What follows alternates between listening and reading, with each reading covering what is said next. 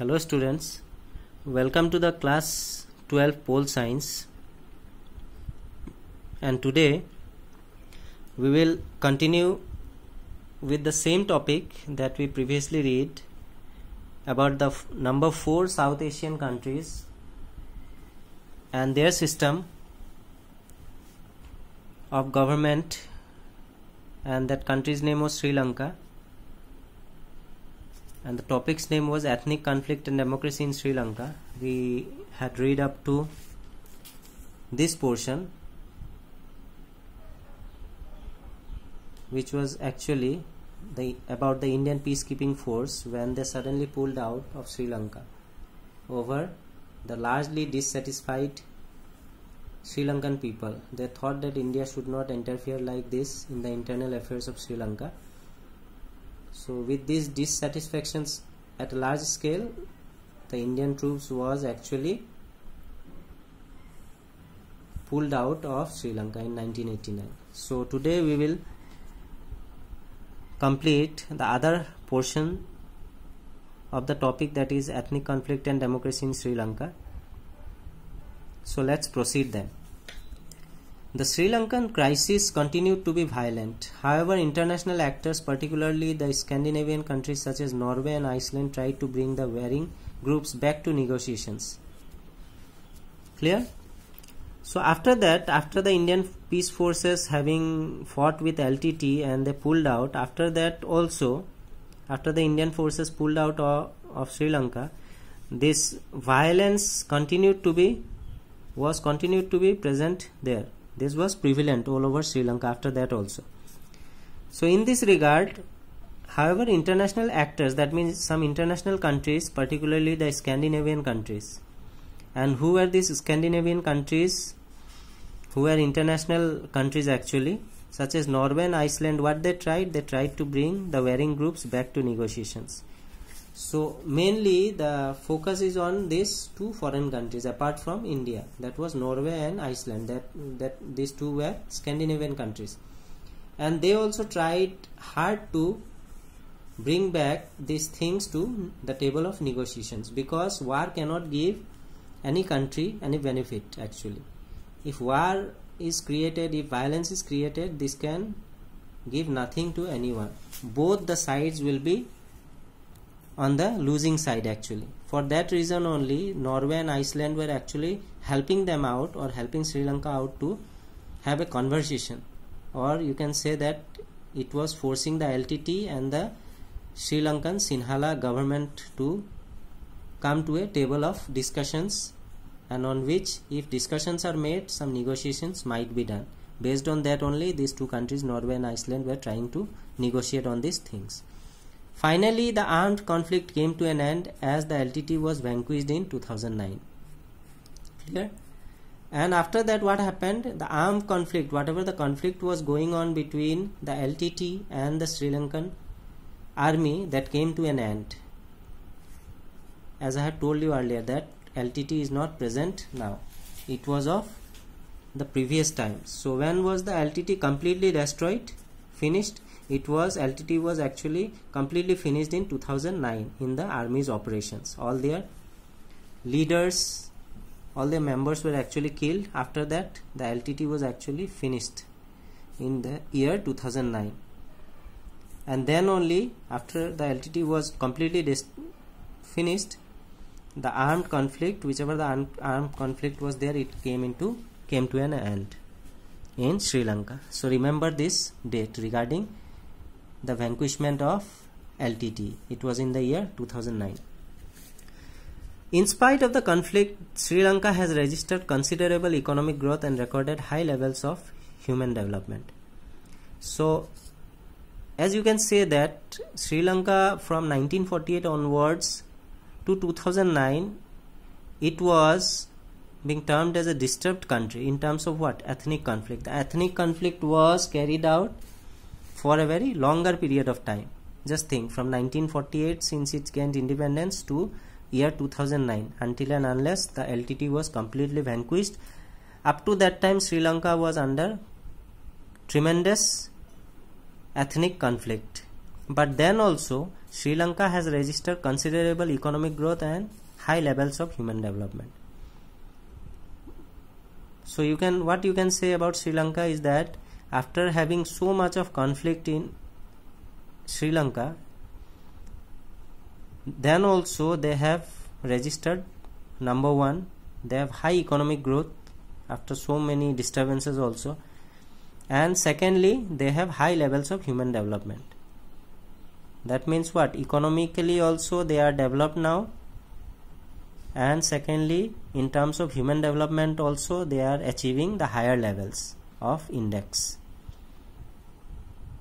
So this is really an inspiration for the other countries, that being in such an ethnic conflict for such a longer period of time, Sri Lanka has been able to maintain these two things, that number one is economic growth and number two is acquiring high levels of human development, high index actually. Sri Lanka was one of the first developing countries to successfully control the rate of growth of population. Clear?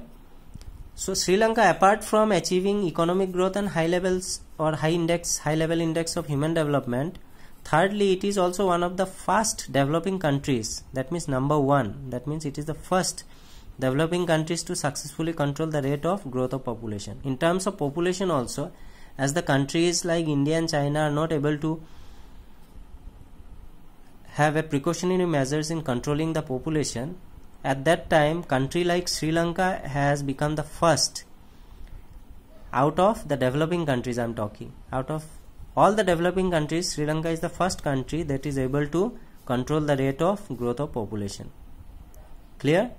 Fourthly, the first country in the region to liberalize the economy. And fourthly, what it did, being in problem for such a longer time, it was the first country in the South Asian region to liberalize the economy. The economy is a very liberalized economy of Sri Lanka. And fifthly, it has had the highest per capita gross domestic product for many years, right throughout the civil war. So these are the 5 achievements actually, we can say. In spite of disturbances, so many disturbances, ethnic conflict going on in Sri Lanka, then also the 5 achievements Sri Lanka has been able to make. And what are these 5 achievements of Sri Lanka actually? Number one, it has registered a considerable economic growth. In terms of economic growth, it has what? Registered considerable height. Secondly, it has recorded high level index of human development. Clear? Then thirdly, out of all the developing countries, Sri Lanka is the first country to control the rate of growth of population. Third achievement. Fourth achievement was the first country in the region. The region means South Asian region. To do what? To liberalize the economy. That means their economy is liberalized. And fifthly, it had the highest per capita gross domestic product. That means a country's development is actually calculated in terms of GDP. And in terms of GDP, Sri Lanka is what? Is having the highest per capita GDP for many years. That means continuously for many years, right through the civil war. Whenever the disturbance was also going on, then also the Sri Lanka's GDP was quite good. That means number one, economic growth, number two, high level of human development, number three is the rate of growth of population which they were able to control. The fourth one was to liberalize economy, and fifth was the GDP. So these was the 5 achievements they made after being in so much disturbance, or you can say that ethnic conflict during that time. Despite the ravages of internal conflict, it has maintained a democratic political system. Despite the ravages of internal conflict, it has maintained a democratic political system. Lastly, what it is written, that so much amount of internal conflict was going on, but then also it has been continuously maintaining a democratic political system. That means it is a what? Since 1948, gaining its independence, from that time till 2020, it has remained a democratic system of government. That's what it is being told right here, that despite being of ravages of internal conflict, then also it has maintained a democratic political system. Clear?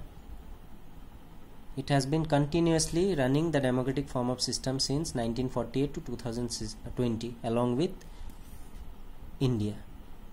So with this we come to the end of today's topic, and we also come to the end of this ethnic conflict and democracy in Sri Lanka. Clear? So quickly rewinding what we read actually in this part, comprising of two parts actually, that it gained independence in 1948. Then the main problem over Sri Lanka was ethnic conflict, and this ethnic conflict was between the Sinhalas and the Tamil migrants. Then when the Sinhalas actually tried to dominate or neglect the Tamil people, they formed a terrorist group which was known as LTT. And from 1983 onwards, there was continuously war between the Tamil Elam terrorist groups and the Sri Lankan army. And this LTT demanded separate country for their own Tamil people. Then after we read that how the Indian government was pressurized by the Tamil people living in India. For what? For the protection and safeguard of Tamil people living in Sri Lanka. Then after having pressurized by the Tamil people in India, it directly confronted Sri Lanka, and in this confrontation it signed an accord and then sent the peacekeeping troops to Sri Lanka. But after some time, what happened? The Indian army actually got involved and fought against the LTT. And after that we read that people were actually dissatisfied by the Indian government, as it was actually interfering in the internal affairs in Sri Lanka. After that we read about that after the Indian peacekeeping force pulled out of Sri Lanka, then also the violence actually continued to occur at that time. After that we read that Norway and Iceland tried to made this ethnic conflict turned into negotiations. They tried a lot, but they were not successful, and this finally came to an end when LTT was totally finished in the year 2009. Clear? And in the last para we read that in spite of so many disturbances going on in Sri Lanka achieved 5 major things actually. Clear? Being so much disturbed country also, they were able to achieve this. These were actually the achievements, the 5 achievements. That was firstly the economic growth, and secondly it was human development, thirdly it was the first country in the developing countries category that was able to control the rate of population, then fourthly it was the first country in the South Asian region to actually liberalize their economy, and lastly it has the highest per capita income regarding the GDP for many years. You can say that when there was a disturbance also in Sri Lanka, then also the GDP of Sri Lanka was very much at a higher pace or higher rate. So lastly concluding, it is said that being so much affected by the internal conflict actually, then also Sri Lanka has been continuously successful in maintaining the democratic system of government since 1948 to 2020 till date. So I hope that whatever the points I have made you understand today is very much clear in your mind, and with this I will wind up today's topic, and in the next class we will read about the next new topic, that is India-Pakistan conflicts. Thank you.